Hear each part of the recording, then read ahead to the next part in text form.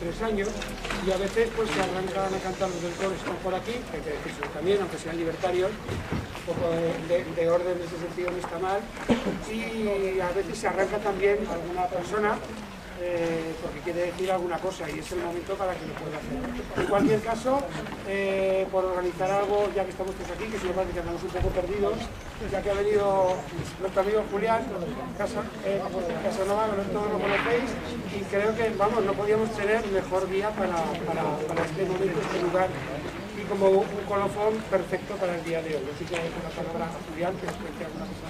de aquí, lo que se le ocurra. Lo hemos cogido así sobre la marcha, así que, bueno, gracias. Buenos días.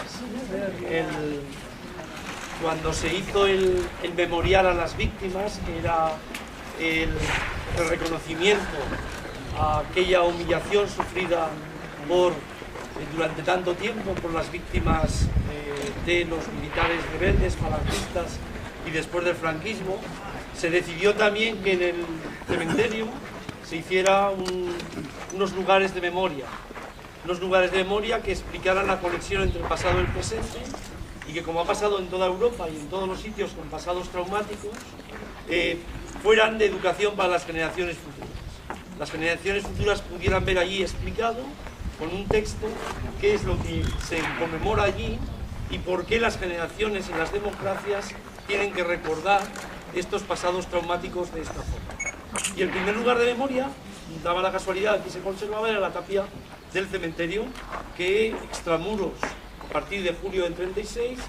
sirvió de escenario a una buena parte de los fusilarios. No a la primera parte de los asesinatos, de eso que yo llamé el terror caliente, que la mayoría de ellos ocurren en Valdespartera,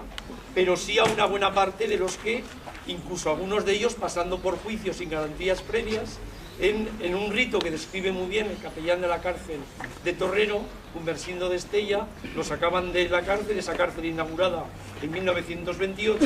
los traían hasta aquí y los fusilaban en esta tapia. Esta tapia estuvo abandonada, la gente que sabía algo de esto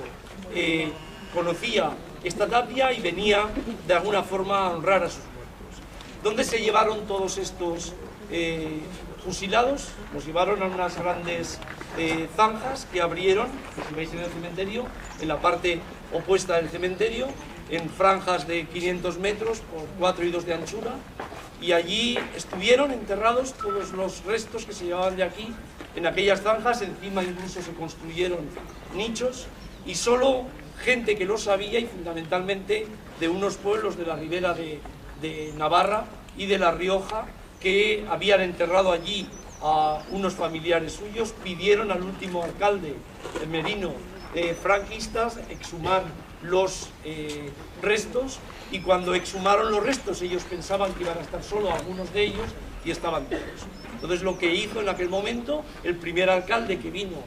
con la democracia, Sáenz de Baranda, es trasladar todos los restos a un lugar que hicieron por primera vez un memorial en el año 80,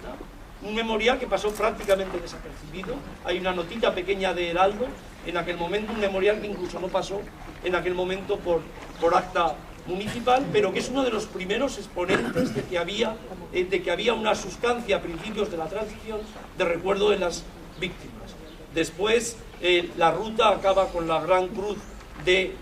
los Caídos, que se había inaugurado en el año 54 en el Pilar. Muchos de vosotros recordaréis cuando estaba allí, y que en el año 90 con las obras de los parkings de allí se trasladó aquí. Ya sé que algunos la integración de las memorias tienen problema con ellos, pero yo siempre he defendido que esa cruz a la entrada del cementerio explicada es la mejor forma de explicar la simbiosis entre política y religión que definió a la dictadura de Franco. Entonces, de nuevo, para las generaciones futuras, los lugares de memoria no hay que falsearlos, los lugares de memoria no hay que manipularlos, lo que hay que hacer es explicarlos en el escenario histórico en el que surgieron. Yo estoy encantado de que estéis aquí hoy, pero sobre todo de que estén pasando cientos de niños, jóvenes de institutos, que los traen sus profesores, que están haciendo el recorrido de la ruta a la memoria, y a través de eso están recordando 3 cosas, y acabo. La primera, que aquí hubo un pasado traumático oculto durante muchísimo tiempo, y que esa memoria la democracia tardó en restablecerla, y algunos ni siquiera tienen ningún interés en hacerla.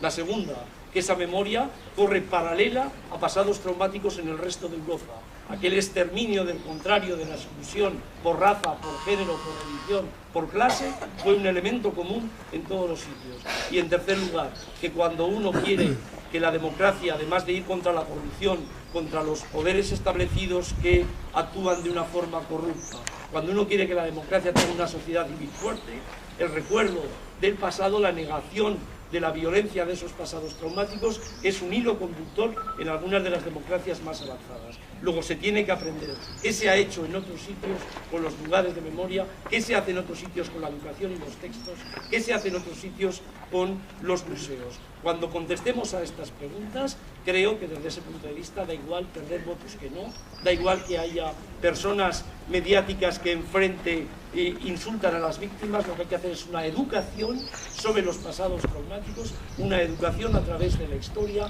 en los colegios, en los medios de comunicación. Sabemos que eso no va a ser nunca un bien universal, pero como avancemos en esa línea, creo que la recuperación del pasado es imparable y que a las personas que lo nieguen, el pasado les va a rebotar una y otra vez en nombre de asesinatos, muertos y la dignidad de esas víctimas. Muchísimas gracias.